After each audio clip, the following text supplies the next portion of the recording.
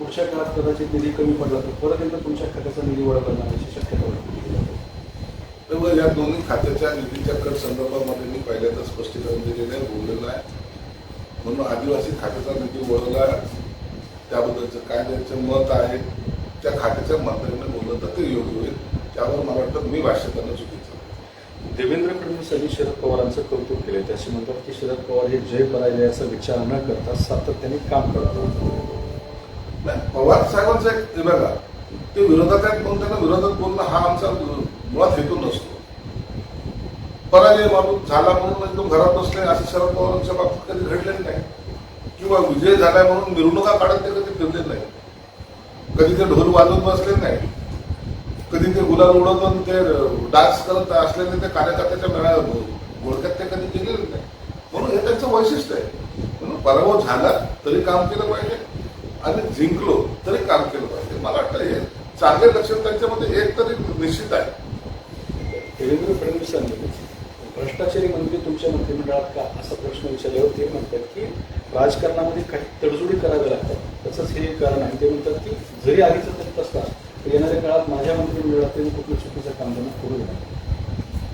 ते बघा पूर्वी कुणावर काय आरोप होते यापेक्षा आता सरकारमध्ये आल्यानंतर जर काही चुकीचं करत असाल तर देवेंद्र फडणवीस असतील, शिंदे साहेब असतील त्याचा गांभीर्याने विचार करतात.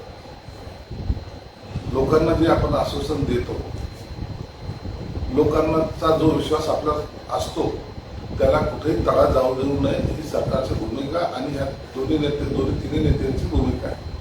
म्हणून आताच्या काळामध्ये भ्रष्टाचार करणं हे जर कोणी ठरवलं तरी त्याला तातडीनं कारवाईला समोर जावं लागेल आणि त्याच्यावर कारवाई हे मुख्यमंत्री आणि दोन्ही उपमुख्यमंत्री करते तेवढं सत्य आहे. 2019 मध्ये ठाकरेंनी आम्हाला धोका दिला. राजकारणात कोणी हाताची घडी बसून राहू शकत नाही. जिवंत राहण्यासाठी वाट शोधावी लागते असं पाहिजे.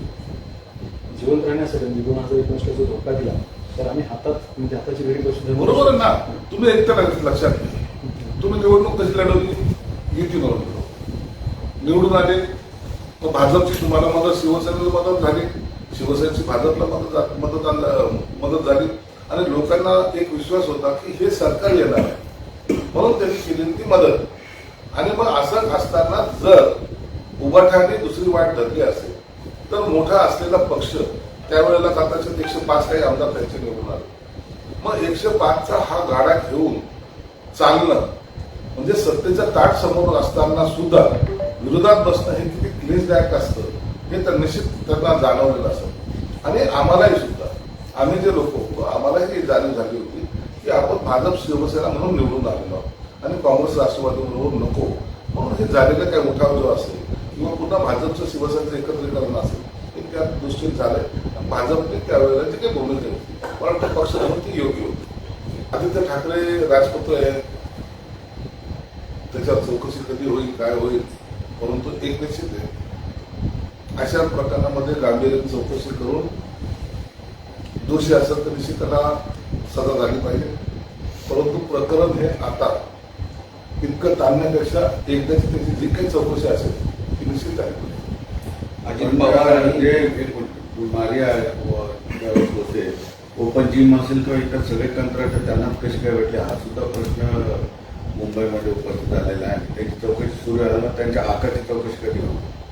मग हेच ना मी पहिले सांगितलं की मुंबई महानगरपालिकेला लुटताना जे दलाल होते ना या दलालापैकी सर्वजण आहे. तुम्ही जर पाहिलं तर त्या ठिकाणी जे काही कॉन्ट्रॅक्ट दिले गेले अनेक करोडो रुपये ते कॉन्ट्रॅक्ट कोणाला दिले गेले? ईदुल मारिया आणखी कोणी असेल ज्यांचा हे तिरस्कार करायला म्हणतात ना त्या सर्वांना यांनी त्या कॉन्ट्रॅक्ट दिले. मराठी माणसाला तिथं वाव सुद्धा नव्हता आणि म्हणून आता याचे दिनू मारिया वगैरे यांचे जे हक्क आहेत ना यांच्यावर खरे आपण कारवाई केली पाहिजे. देवेंद्र फडणवीस यांना एक प्रश्न विचारण्यात आला.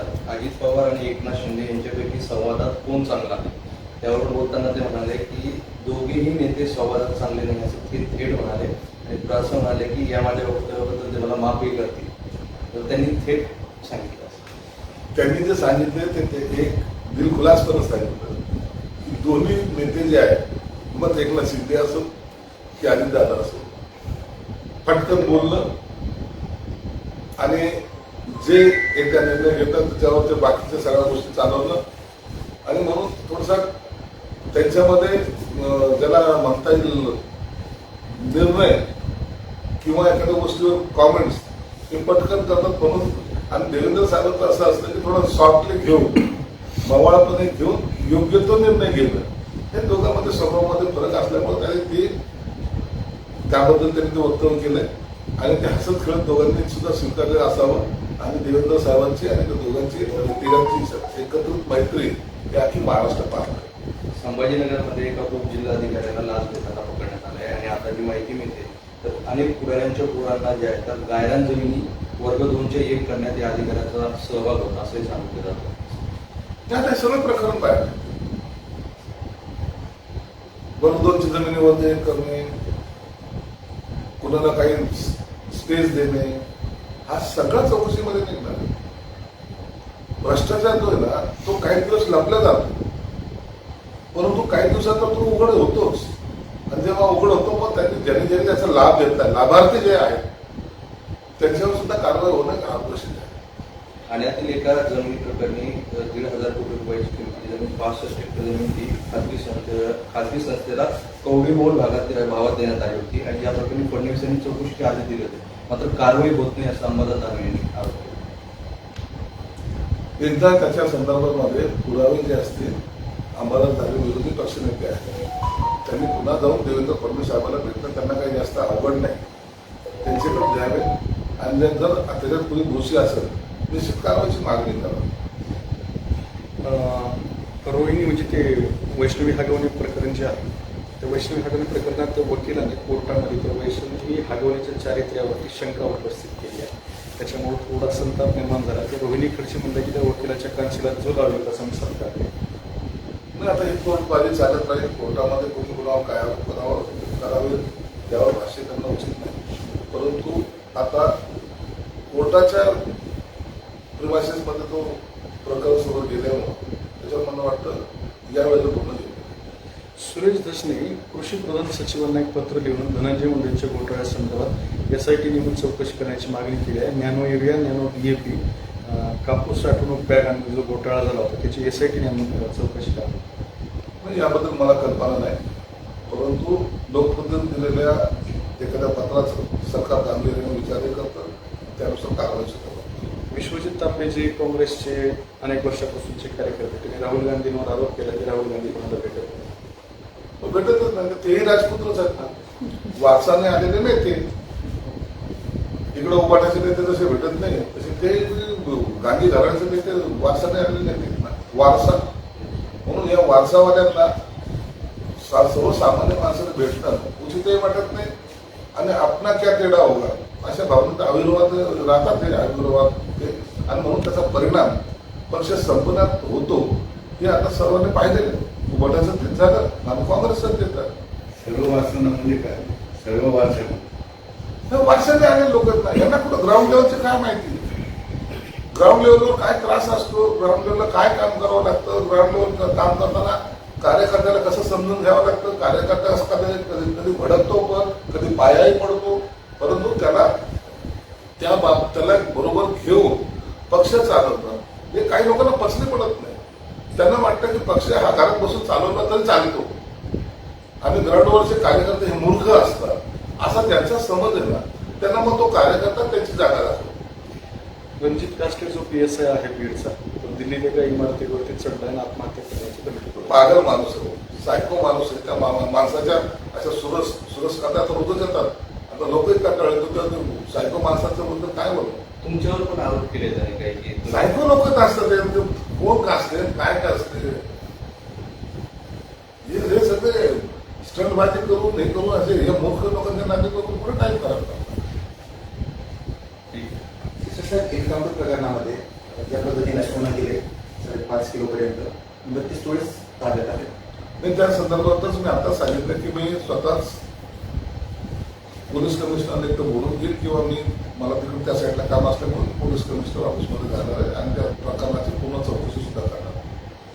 मुळामध्ये मला जी माहिती आहे, सोनं त्याच्यापेक्षा जास्त गेलं असावं, परंतु जे काही अधिकृतपणे त्याच्या रेकॉर्ड होतं ते सोनं फक्त समोर आलेलं आहे आणि त्याच्यामध्ये ते का मिळालं नाही किंवा त्याचं काय गती हे मी पोलिसांना निश्चित केलं. तुम्ही पोलिसांना धारेवर धरल्यानंतर पोलीस जास्त ऍक्टिव्ह मोडवर आहेत आणि कामात बदल होत असं मला वाटतंय. निश्चित बदल झाला पाहिजे. आपण या शहराचे रक्षण करते आहोत. सर्वसामान्य माणूस भीतीच्या दर्पणाकडे का असावा, का त्याला पोलीस माझ्या बरोबर आहेत असं का वाटू नये, म्हणून मी केलेलं वक्तव्य. मला वैयक्तिक त्याच्यात काय इंटरेस्ट होता आणि मला वाटतं त्याच्यानंतर पोलीस ऍक्टिव्ह पण झालेले आहेत आणि आता 2-3 दिवसामध्ये चोरीच्या घटना मला वाटतं ऐकायला कमी मिळत आहेत. असं जर पोलिसाचा धाक असला तर या शहरातली गुंडगिरी हे अद्याप झाल्याशिवाय राहणार नाही.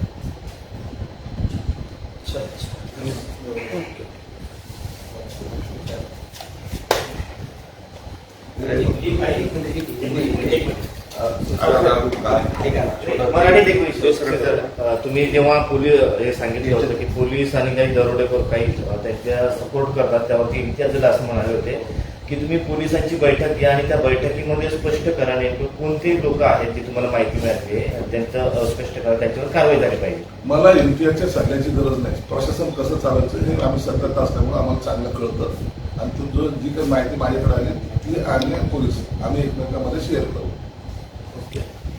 ते हिंदीत एक प्रश्न है कि इट्स होटल की बात जो चढ़ी आप पे गंभीर आरोप हो रहे हैं, क्या कहें? संजय राउत ने इस पर देखिए, संजय राउत ये बकवास आदमी है, वो बकवास बातें करते रहता है. विट्स होटल के बारे में मैं स्पष्ट तौर से आपको कहना चाहता हूँ, इसका लिलाव इसके पहले भी 6 बार करने की कोशिश सरकार ने की, महसूल विभाग, वो भी कोर्ट के आदेश के तहत. ये 7वें बार लिलाव हो रहा था. अब इसमें सिर्फ हुआ कैसा, ट्विस्ट कैसा आया, तो ये जो प्रॉपर्टी है उसमें मेरा बेटा और 4-5 लोग मिलके इन्होंने प्रॉपर्टी लेने की कोशिश की. पहला जो पड़ाव जो रहता है वो पैसे डिपॉजिट करने का रहता है, जो कुछ 2% 5% रकम रहती है. उसके बाद बोली होने के बाद जब मिलता है, अगर उनको मिला है तो 25% रकम में 30 दिनों में भरने के, और बाकी रकम जो है वो 3 महीने में भरना है. अब ये जो पीरियड है, ये पीरियड में जो भी प्रॉपर्टी, कोई भी प्रॉपर्टी अगर आप खरीदते हैं तो उसका 75% लोन ये बैंक से लिया जाता है. अब बैंक उनको 50 से 55 करोड़ रुपए लोन देने के लिए तैयार है. अब बताइए उसमें कितने पैसे बचे, तो ये 5 में डिवाइड होके ये लोग बिजनेस करना चाहते हैं. कोई मराठी आदमी या तो कोई भी 5 लोग मिलके अगर एक बिजनेस रन करना चाहते हैं और 10 साल के बाद लोन पूरा खत्म होने के बाद इनको बेनिफिट कब मिलने वाला है, 10 साल के बाद. तो ये वेटिंग पीरियड की अगर किसी में कैपेसिटी नहीं है तो वो नहीं बच जाता. ये मेहनत करना चाहते हैं, उसके ऊपर ये आरोप लगा रहे महाशय, और फिर बोलते मराठी माणसावर अन्याय झाला. अरे पागलो, हिम्मत करके देखो. दलाली करते हो, परसेंटेज खाते हो, वो धंधा हमारे बच्चों ने भी करना चाहिए. इसलिए तुम्हारी दलाली तुम करते बैठो, हम मेहनत से कमाएंगे, मेहनत से खाएंगे. इसमें कोई गड़बड़ी अगर लगती है, कोर्ट ने उसके ऊपर मॉनिटर कोर्ट कर रहा है, यहाँ का हाईकोर्ट उसके ऊपर मॉनिटर कर रहा है. जाओ उनसे बात करो, क्यों कितने कम रखे रकम रखी करके. लेकिन ये जानबूझ के बदनाम कैसा किया जाएगा. मैंने बहुत बड़ा भ्रष्टाचार निकाला है और इनको अमित शाह साहब ने पैसे दिए, एकनाथ शिंदे साहब ने पैसे दिए. ये जो बकवास वाली बातें करते हैं इसकी कोई मायने नहीं है, ना इसका कुछ वजूद नहीं है. एबीपी माझा, उघडा डोळे बघा नीट.